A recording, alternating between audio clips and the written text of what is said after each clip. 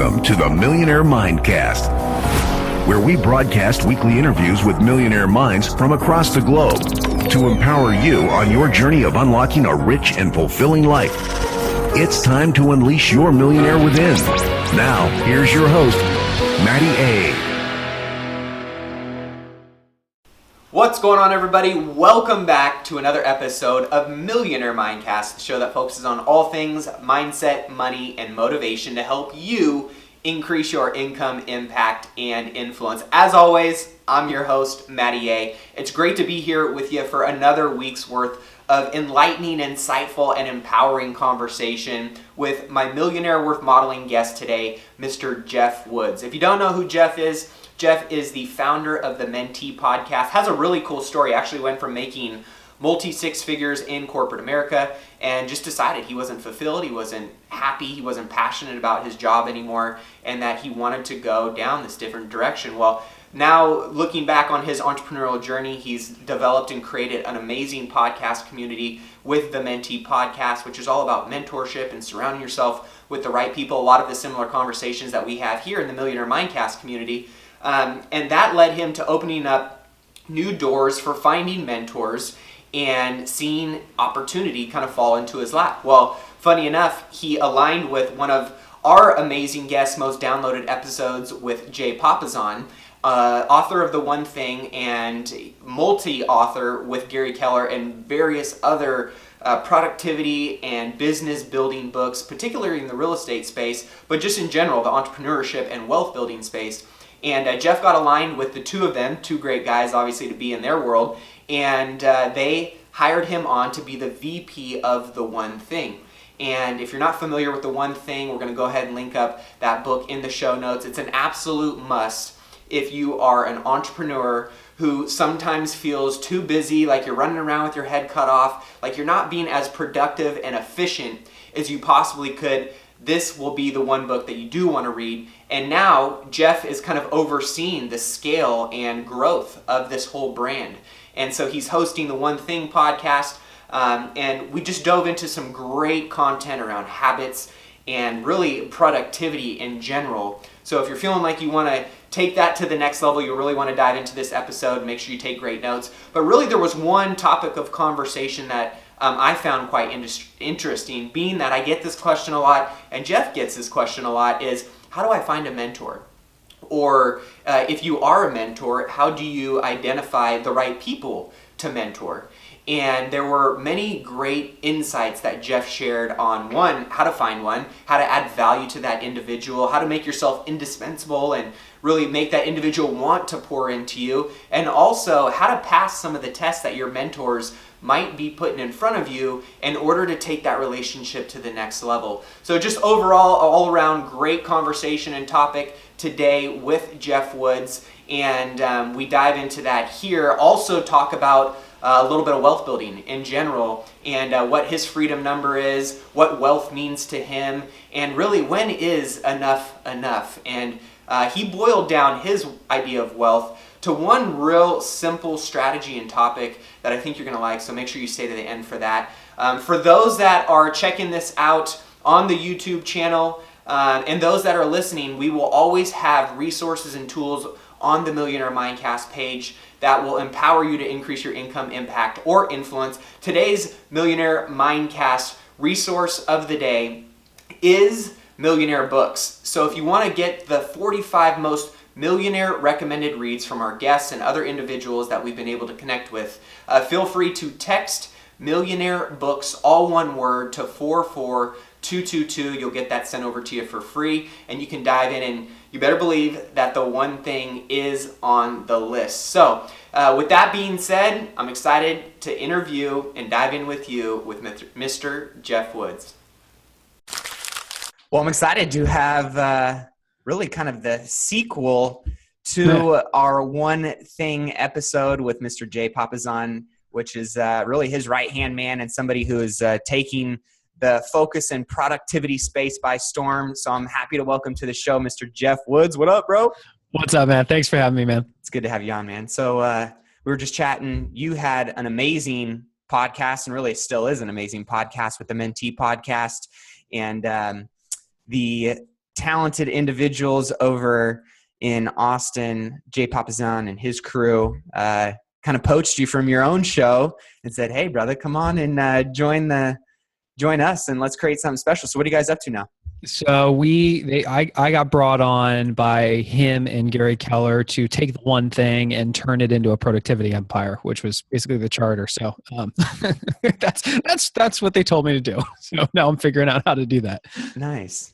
So you're in Austin, Texas now, and give us for those that don't know who you are, Sure. What you've been up to. Give us a little context to where you came from. So for 5 years, I was in medical device sales, which was awesome job. I wore scrubs every day. I ran through hospitals selling devices that save lives. Just great gig. But I'm sure like a lot of people who are watching or listening to this, oftentimes we may be happy with where we're at, yet we feel like something's missing. Like we're waking up every day and we're trading our life for something, but we're not really sure why we're doing that. There's just that question mark of, am I living a life worth living? I had that because I knew I always wanted to be a business owner. I knew I always wanted to own a business that made a big impact and that delivered real security to my family. Here I am with a great job, nice, very comfy golden handcuffs. I don't have a compelling reason to make a change until two things happened, which is the first, a colleague of mine had a stroke. At the time, he was only 35, and Amy, my wife, and I had just had a child. We just bought a house. She's a stay-at-home mom. I am the sole provider for this family, realizing that if something happens to me, what happens to them? Right. That was very unsettling. And then the very next week, my company, just to remain competitive in the marketplace, had to adjust our commission structure.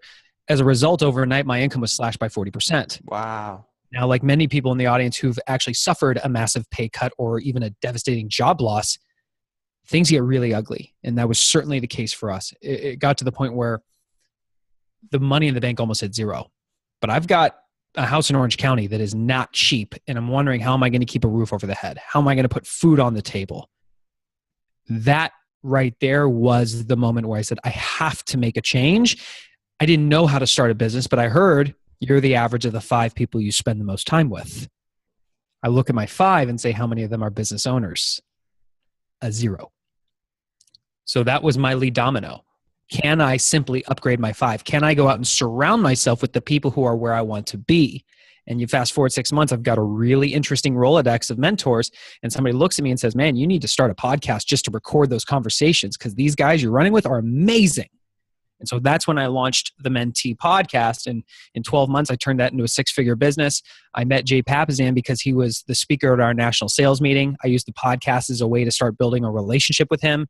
And as I kept following up, just trying to add value to him, he mentioned one day that Gary and he were looking for a CEO for a new company. I said, I'm a super connector. I know a lot of people. Let's talk because I probably know your guy or girl. And when he told me what they were looking for, I realized that I was the guy. And, hey, that's me.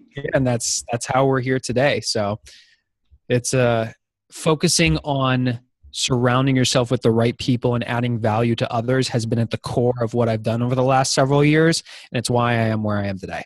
That's amazing, man. Such a cool story. And for a lot of people who can relate to that, they may be saying, wow, that's amazing. And then on the other hand, that limiting belief sitting going, well, that worked for him, but it can't work for me. I'm curious what that next step was when you decided like, hey, something's got to give here. If I'm going to go out and increase the sum of my 5 or, birds of a feather flock together, who do I get in my tribe? What was your first step? How did you go out and find a mentor? Because I get that question all the time. And I know you get it all the time of, I want a mentor. Will you mentor me or this or that? But there's a right and a wrong approach to it. So what was your approach? Well, let's talk about the will you mentor me approach. This is the same as a man walking up to a beautiful woman in a bar, never having seen her before. And before you say a single word, you drop down on one knee, you whip a ring out of your pocket and you say, will you marry me?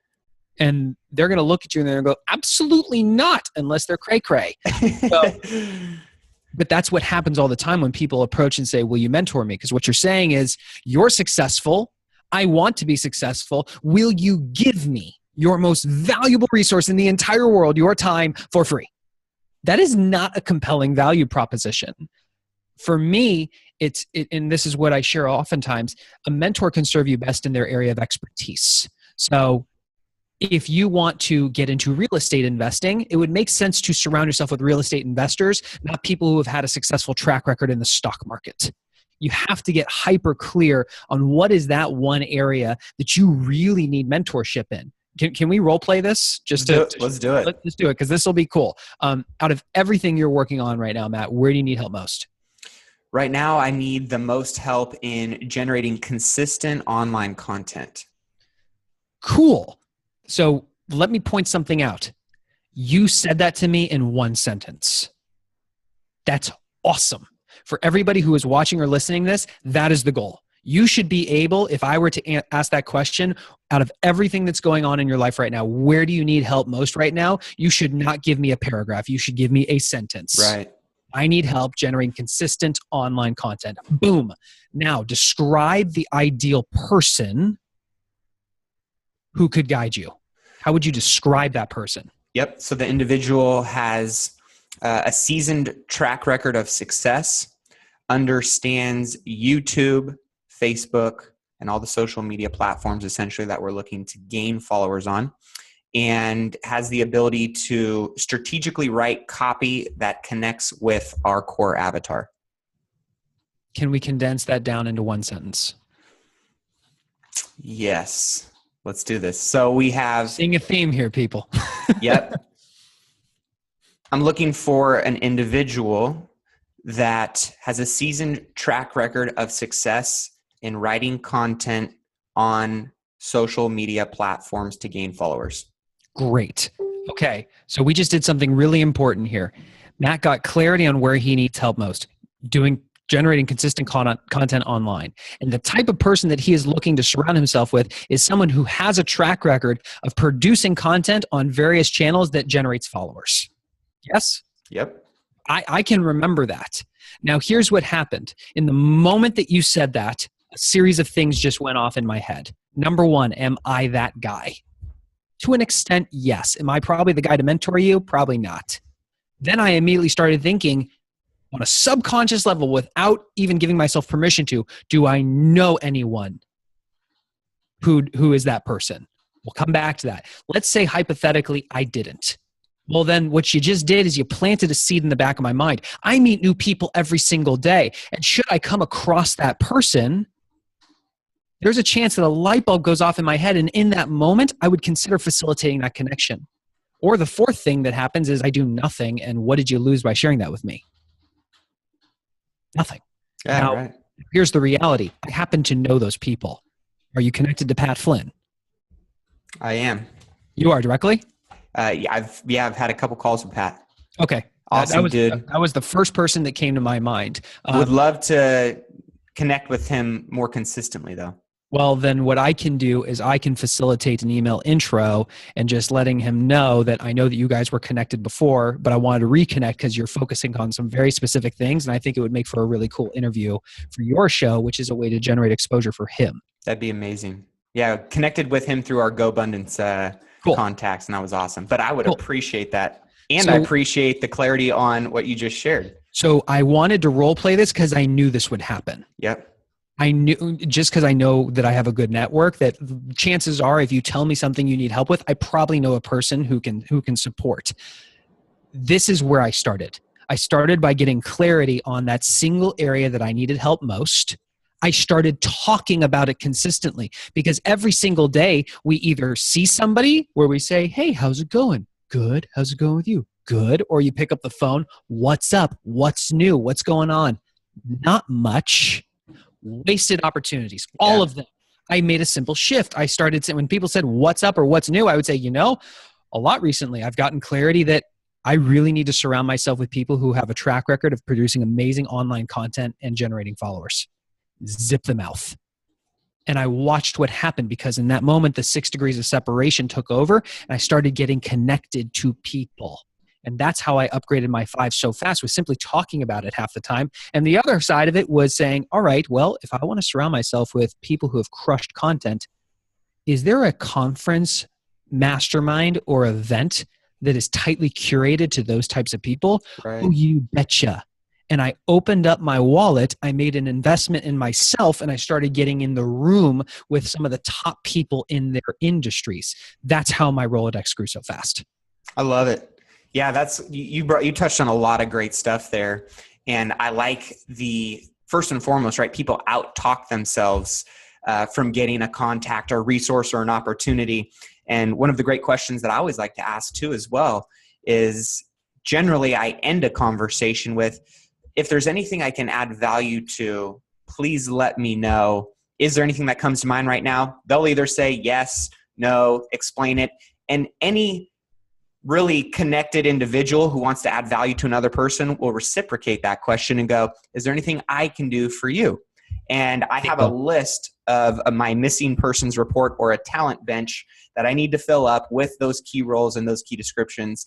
So when that individual asks, you have the opportunity to share that information and see if they can help. So really great tip there that brings up a lot of reminders for me to have that awareness and that intentionality, right? If you don't think about this, if you don't have it written out, you're not going to have any intentionality behind when that opportunity shows up. Can we build on that? Because you touched on something super, super important that has been the absolute crux of all of my development over the last several years. Yeah. You talked about value. I want you to imagine that today I ask you to walk in to your local bank, your favorite bank of choice. You walk in and it happens to be empty. The teller, they make eye contact with you. They wave you on over. You don't have to wait. This is amazing. And you walk up to them and you say, I want to open a new account. They say, great. They hand you the paperwork. They give you a pen. You put your head down, visualize yourself. You're filling out all your information. You sign the bottom. You slam the paper down and the pen. You slide it over to them and you immediately, without hesitation, say, I would like to withdraw $1,000 right now. What are they going to say to you? Do you have any money in the bank? Exactly. They say no. And we all understand that in order to take money out of the bank, you first have to put money into the bank. This is not a surprise to anyone. Relationships are the same way. Yet we constantly show up looking to get instead of looking to give. Right after I hit rock bottom, the moment I got clarity on the fact that I needed to upgrade my 5 and I started attending some high-level events, I watched what the most successful people in the room did, and what I saw shocked me. They didn't ask for a damn thing. They constantly showed up looking to give. In every interaction, they asked, how can I bring value to you? Where do you need help most right now? How can I help you? It struck me so deeply that I just embodied it to the point where now it's who I am in my bones. Every interaction I have, like as I look at you, Matt, like in the back of my mind, I'm just wondering, where's he struggling? How can I help him? Where's he struggling? How can I help him? And I now every single day just try to make little deposits every single time without any expectation of reciprocity. Yeah. That's important. This is not quid pro quo. If you become the type of person who shows up in the world looking to add value, in the long run, the world will conspire to rise you up. It may not be that direct interaction, but it absolutely works at its core. Yeah, I love that you highlighted the fact that this isn't we don't keep score here, right? You do it because you genuinely want to contribute to that individual. And the greatest mentors of mine, the greatest relationships that I've been able to build have all been individuals who are constantly making deposits, right? They're constantly making deposits and rarely do they make withdrawals. But when they do, because of how many deposits that they've made to an individual's life, it's a no-brainer, right? Like after a while, years and years of making a deposit into someone's life, when you ask for, hey, can you share this post? Or, hey, can you help me with this? Or, hey, can you connect me with this individual? It's a no-brainer for that individual, right? So I love that you brought that up because that's such a key point that I think a lot of people miss. Another thing that I want to add to that I've learned this from some of the mentors that I had. You brought up value. And when we talk about the most valuable resource in the world, we're talking time, right? Mm-hmm. And any business entrepreneur or any individual who's living life at a level 10, at a really high level, time is precious to them. And it's also minimized, at least from where they're going to contribute it very, flexible in a flexible format where they're going to be giving a lot of it out. And I always looked for opportunities to where I could give them back time. Mm-hmm. What could I do to that or add to that individual's life where I could actually give them more time back? Is that, I look at Gary Vee, right? And you look at his D-Rock. D-Rock went and said, hey, I'm going to work for you free. I'm going to create a bunch of awesome videos. And I know that you're going to mentor me and I'm going to find my way into your world. And now he's traveling the world with them, creating videos, making 6 figures, and he's in all kinds of other opportunities. So if you are looking for a mentor, find a way to give back that individual time or add value to whatever it is that they're doing in their life. Well, you're now what's happening immediately as you say, go add value to a mentor. Someone is immediately asking the question, how do I add value to somebody who's ahead of me? Yep. This is something that I struggled with as well. And what I discovered truly, truly shocked me. And there were 2 specific conversations that I had where I asked the same question. And the first person I asked this to, his name's Jeff Hoffman. He's one of the billionaire founders of Priceline.com. The second person I asked this question to is Brendan Burchard. For any of you in the personal development space, you know who he is. Both of them, when I am talking to them, I asked point blank, why are you talking to me? And I think Jeff really said it best. He said, because at one point in my life, I was where you were. And there was a mentor who reached back, grabbed my hand, and helped pull me forward. They didn't ask for money. They didn't ask for me to wash their car. All they asked was that one day I pay it forward. And now that I'm in the position where I've done all the things that I want to do in the world, it's time for me to give back. It's time for me to pay it forward. And because I believe that entrepreneurs will change the world, it is my obligation to mentor the next generations of entrepreneurs. Now let's pause because this is huge.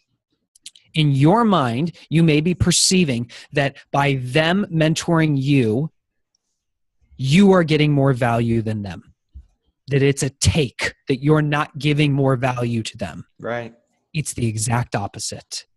Because every single one of us at some point in our life is going to want to leave a legacy. And just like however good it feels to receive an awesome present at the holidays from somebody, it is infinitely more powerful to give a meaningful present to someone and see it touch them. By you simply showing up as the mentee and being willing to take action on the counsel you receive, you provide exponentially more value to the mentor than the mentor will ever provide to you. You just highlighted a really key point in that, though, which was taking action. Because I got to spend some purpose, by the way. Yeah, I got to. Thanks for teaming me up for that. I got to spend some 2 days with Geoff recently. I sit on the board of a charity called One Life Fully Lived, and he's one of our advisors. So you now know Geoff? Yeah, I do know Geoff. What a freaking great guy. Dude, he's talk about billionaire, right? You think you put somebody up on a pedestal. This guy is as normal as they get, and he's got one of the biggest hearts of anybody I've ever met. And just some of his stories are epic. So you get any time to spend with Geoff, it's awesome. But one of the things that you talked about was this willingness to act. And every successful individual I know wants to pour into other individuals, but they only want to do it for the people that actually want to help themselves, right? The people that just come and ask and don't take action, that can get frustrating. But the people that are willing to act, it almost becomes this, I'm so invested in seeing you succeed and excel and grow and elevate that individual, that mentor, it almost becomes more invested in you than you actually believe in yourself. Absolutely. So for those people that are thinking about, how can I get a mentor or find a mentor? First and foremost, the ask is important. And like Geoff said, doing it strategically, but at the same time, you got to be willing to take action, right? Knowledge isn't necessarily always power. It's potential power, but once you put it into action, then it becomes momentous and you see that unfold in real life in your external world. So I love that you brought that up because I think that's a key point that a lot of people miss in the equation of finding a mentor. Well, and I learned this because I got tested without even knowing that I was being tested. One of the first times that I approached somebody that I perceived to be a heavy hitter, I was super nervous. I asked for their time. They said yes. I said, where do you live? And he told me where he lived. And I realized he lived a half mile from me. We were basically neighbors. I could not believe it. I said, can we spend some time together? He said, sure. Meet me at Starbucks this Sunday morning at 6:45 a.m. I said, okay, I'll be there. I'm going, whatever, like I'll meet him there. So my ass was there at 6:40 a.m. 5 minutes early. Yep. And I asked him why, and then I asked for help again at the end of that meeting. And he said, yes. And I said, quick question, why? He said, because whether you realize it or not, a lot of people ask for my help. And the first thing that I do is I give them a test. If they're going to ask for something from me, I immediately ask for something of them because I want to see that escalation of commitment because my time is my most valuable resource. And if I'm going to invest it in you, if you do not take action, you literally guaranteed me a terrible investment. But if you take action, you guarantee me a return. And I will continue to invest in you as long as you continue to give me a return. And that I was like, okay, I get that. Yep. I learned that from one of my great mentors as well. I wondered why he almost made me jump through 2 or 3 hoops before he really said, okay, this kid's worth my time. I'll actually sit down with him. And now I do that as well. Anytime, I'm sure you get a lot of people that, hey, Geoff, how do I start a podcast? Or, hey, Geoff, how do I do this? Because you've elevated yourself to a really high status and you've got a proven track record of success. And people want a piece of that.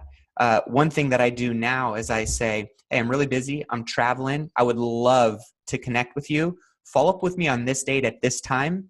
And let's talk about getting you on the calendar, right? And 90%, it blows my mind, disappeared. It's like they fell off the face of the earth. So the first part is, one, you gotta, be in the game, right? If you want to just sit in the dugout and yell from the stands, that's one thing. But if you want to get up to the plate, you got to be willing to step up into the game. Absolutely. You're nailing it. So now that you have kind of transitioned into this world of, you're around some elite of the elite minds. I've been fortunate enough to either be coached and trained and mentored by some of them. You're in their world every single day. What are some of the profound takeaways that you've had over the last 12 months? Well, here's what I'll say. I had a full 2 years of being surrounded by some amazing mentors before I showed up to Austin to work.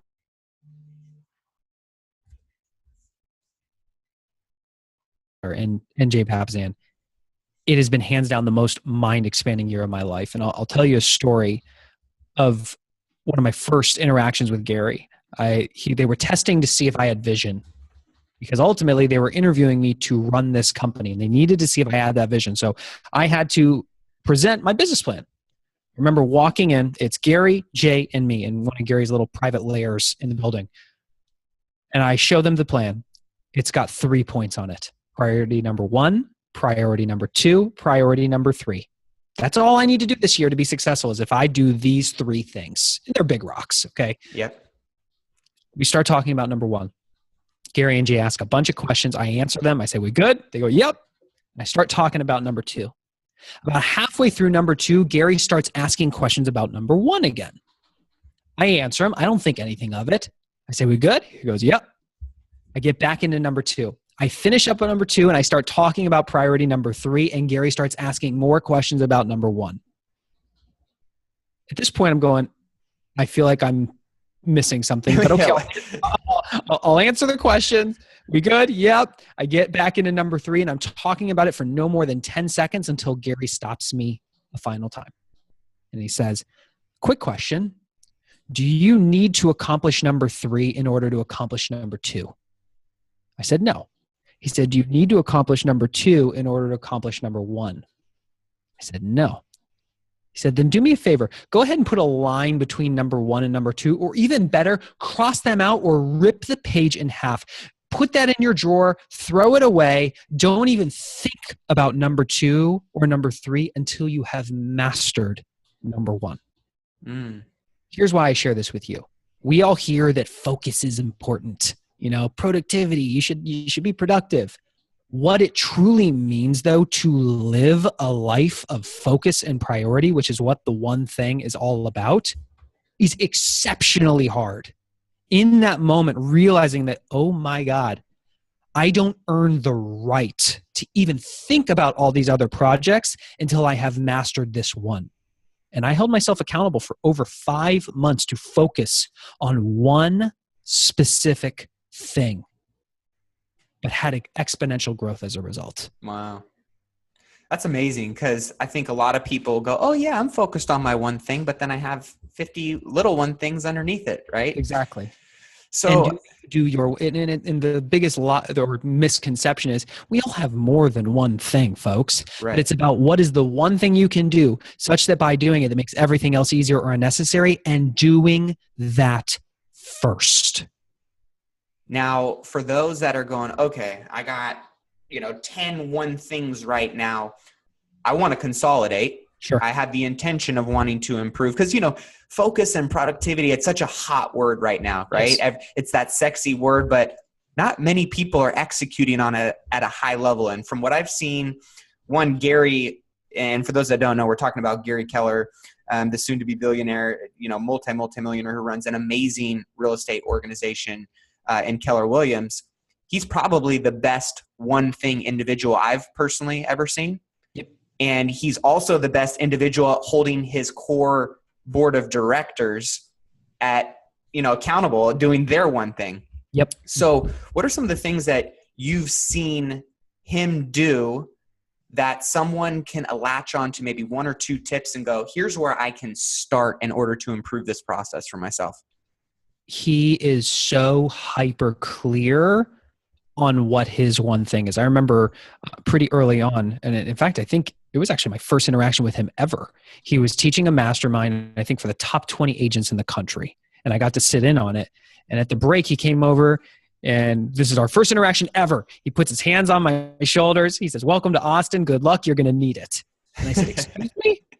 I said, "You're going to need it because it would be really easy for you to make me your product. I would be very easy to sell, but I will not be your product. You're not going to get me on interviews. You're not going to get me on video or in a course."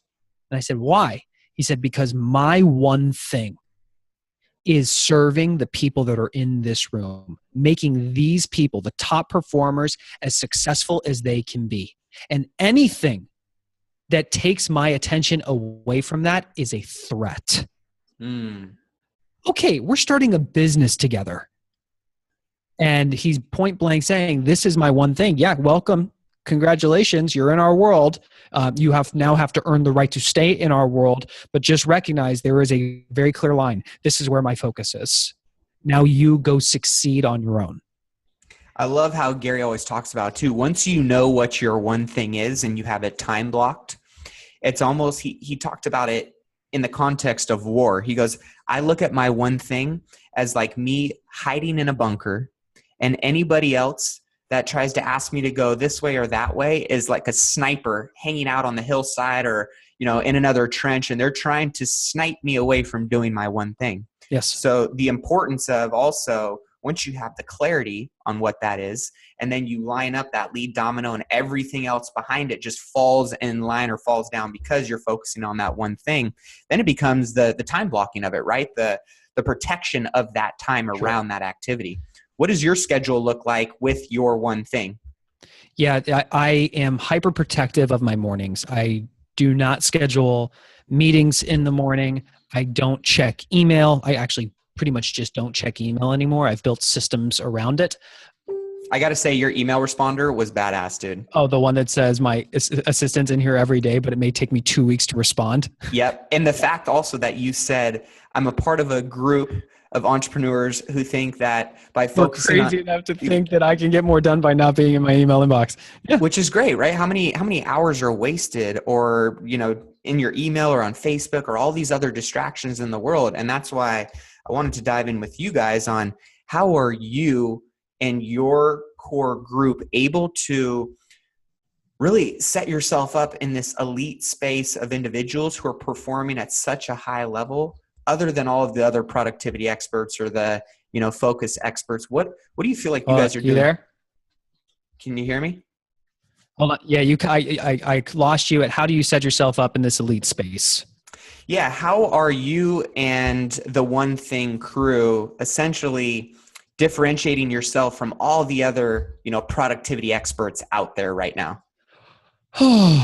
Well, I think the first and foremost is I don't ever, and I say this very publicly on the One Thing podcast, I'm not a productivity expert. I'm not a guru. What I am is I'm a guy just like you.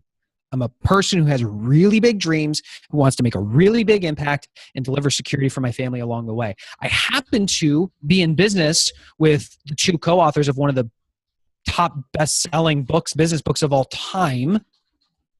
And I happen to be living this book every single day. And I'm simply documenting my journey and taking you with me along the way. I'm not even trying to compete with them because I'm just playing a different game. For me, there's a big enough pie. I want to collaborate with all of them because somebody is going to want to hear it from me. Somebody's going to want to hear it from you. Somebody's going to want to hear it from somebody else. I'm not everyone's cup of tea, but I'm going to do me every single day and build a really big business around it. I love it. What was one habit that you implemented or dropped? Yes. That really kind of, you're like, okay, this is how I'm going to 10X it, or hey, this is, cutting some dead weight. Sure. It was first thing when I got into the office, I had an immediate time block to do my most important work for the day. Most people that I see will walk in, they'll get their coffee, they'll put their bag or their briefcase down, they'll chat, they'll open up email, they'll check their email. You have done nothing to advance your day when you do that. I come in, I put my headphones on so it tells everybody that I'm busy. So don't talk to me. I do not open my email. I immediately fire up my computer and I do my most important work for the day and I knock it out in the first 15 to 30 minutes, done. I love that. Yeah, most people always say the best way to get into a space of productivity is to do the one thing that you generally don't want to do the most. Yeah, well, and I've heard Gary and Jay talk about this. When you look at your to-do list, when you have a laundry list of to-dos, you often end up doing the one that can be done easiest first because in our brain, it actually feels good to cross something off. You get that dopamine hit. It chemically feels good. But that doesn't mean that you're doing your most important work. Your one thing, the thing that's going to give you the highest impact, the highest income is often something that's hard to do. It's about holding yourself accountable, developing the habit of doing that hard thing, that most important thing first before you earn the right to do anything else. And pay attention to the language that I'm using before you earn the right to do anything else. So what are you focusing on this year, right? You guys are always ahead of the curve. Yeah. You guys are always empowering other people to really increase their productivity, their focus, clarity. What are you guys excited about right now that people should be paying attention to, educating themselves on? And obviously we'll be giving them more information on how they can connect with you guys as well. When it comes to growing the company, I realized the one thing that I needed to do this year was provide disproportionate value to everyone on our list. And the one thing I could do to provide disproportionate value to everybody was to launch the One Thing podcast. It was very clear. This is not me creating another product. This is not anything else. This is if I can only do one thing, not to say that I'm not going to create products. I just held myself accountable to launching the One Thing podcast first, and I launched it on January 3rd. So check, done. Love it. I always like to know kind of the psychology behind, the millionaires and the thought leaders that I get to interview. What's your why? What motivates you every day to get up and do what you do? I don't know I couldn't tell you my why in one sentence. And it's something I almost look at your why as the journey, not the destination. For me, I know at my heart I'm a teacher. I know that I have a unique ability to communicate concisely, effectively, and empower people. So whatever that means, I'm just showing up every single day in the world, just trying to expand people's minds in terms of what is possible for them and get them into action. I would say that's a pretty clear why right there, man. Yeah. You're making a lot of deposits out there. Yes, it still feels airy-fairy to me, but I also know the actions that have happened and the results that have occurred. Yeah. What are you doing yourself right now in regards to education and kind of taking your mental capacity to the next level? I am a consummate student. I don't listen to the radio. If I am driving, I am listening to a podcast, I am listening to an audiobook, or I am building a relationship with somebody. I attend anywhere from 3 to 8 conferences a year. So I invest a large amount of capital in traveling and attending conferences and masterminds. I'm always reading some book. I'm always sharpening my saw by forcing myself to upgrade my 5 and surround myself with people who are better than me in certain areas. It's everywhere. What have been some of your favorite conferences or books that you've engaged or connected with recently? I don't think conferences is a fair one because they were always unique to what I was focusing on at the time. Yep. The best conference is the one that is very specifically targeted to where you need help most. Like for you, that content creation, that would be the best conference for me, is the ones that really crush it in that area. Yep. In terms of books, well, I'm biased in saying the one thing just because it changed my life before I ever perceived a possibility of being in business with the guys. Cash Flow Quadrant is one. Robert Kiyosaki wrote Rich Dad, Poor Dad, and many people have read that, but not a lot of people have read Cash Flow Quadrant. That was one that really changed the way that I looked at things when it came to how I earn my money and making sure that I wasn't in the employee or self-employed role, but that I was playing in the business owner and investor quadrants. Yeah. I'm curious to kind of shift into this conversation of money. You've obviously had some great success. Money has flowed abundantly to you in many capacities. Now, how, first and foremost, has your mindset and approach with money changed over the last 12 months? I view it as a vehicle. It is a vehicle to accomplish things. I don't see it as the destination. But when I just hanging around, like hearing Gary talk about wealth, hearing Jay talk about wealth, and understanding that the greatest investment you can make is in people, and recognizing at any single time that you feel like you're hitting a ceiling in your life, you're missing a person, either in the form of a mentor, a coach, or an employee, contractor, some type of leverage. And looking at my capital as a way to bring a person into my life has been huge, because the moment that Gary and Jay said to me, be the face of the one thing, I realized I can't also be the face of the mentee. I can't be the face of the one thing and have two things. That was when I decided to use my capital to bring some people into my world so that the mentee can still thrive as a platform and a business behind it. And it's autonomous of me. It's more profitable than ever before. And I'm not doing anything for it outside of mentoring the people that I brought into my world. And now I get to focus on building my empire with Gary and Jay. That's amazing, man. Well, I'm curious. Everybody has their own definition of wealth, right? Some people say it's 100 million in the bank. Some people it's 100,000, but they get to travel and it's freedom and lifestyle. What does wealth mean to you?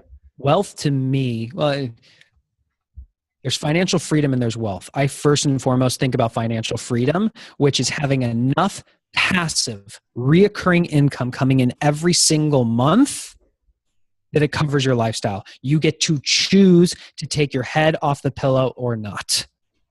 I'm not there yet. So that's the first benchmark, but I built up a tremendous amount of it in a short period of time. Then when I talk about wealth, I mean, that's when you have so much reoccurring money that you are now able to leverage it as a tremendous vehicle to make impact. Yeah. Yeah. When I was having dinner with Geoff, we got on this topic and conversation, Geoff Hoffman, about money. And there was a few things he said about money that just really hit home, because that's essentially what this show is all about. Is first and foremost, you got to make money, right? It is a vehicle to go out and have more impact in the world and to provide that financial freedom and security for you, your family, your lifestyle, whatever it may be. And he goes, because a lot of people look at, hey, if you want to make money, you're evil, or you're greedy, or you're this, or you're that. And there's this, kind of just bad stigma around it. And he said some really great things. He said, there is no shame in life in making money. The shame is making money and never choosing to use it to help others. Correct. Well, and this is where, in a recent mastermind that Gary did, there's probably 100 agents in the room, and somebody started asking him about how he gives his money and when's enough. And he basically told a story. He said, he's told a story of his wife and how she met a young individual who was really struggling, but just she could tell that they showed so much promise, but the lack of resources was truly holding them back. And she whipped out her checkbook and wrote to what most of us would perceive as an extraordinarily large sum of money, cut the check and gave it to him. And Gary said, That was a rounding error on her checkbook. Now, here's the deal. Once you experience the ability, you have so much abundance in your world that you can truly change someone's life. That's the moment you realize there's never enough money.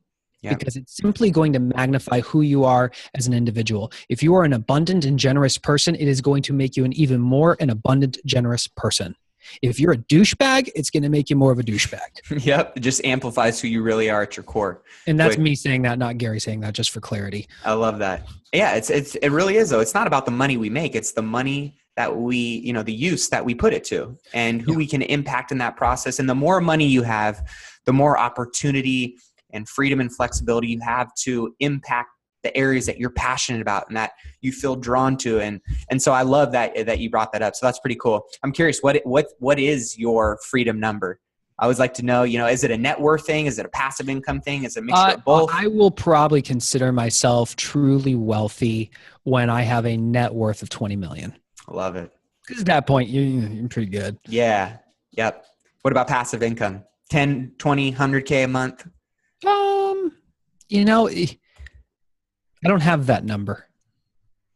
I'm focused on the first one, which is for that to cover the lifestyle. So, at that point, if we start looking at like 20K a month, which is more money than you need to live the lifestyle you want to live, that's true freedom and probably wealth as well. Yep. Yeah. I always talk about on the show, the, process of becoming a 100%er. So let's say you're, everything under the sun is $10,000 a month. That's mortgage, car insurance, health insurance, you taking the wife and the kids out somewhere fun, whatever it may be, every single month. Let's say it's 10K burn rate.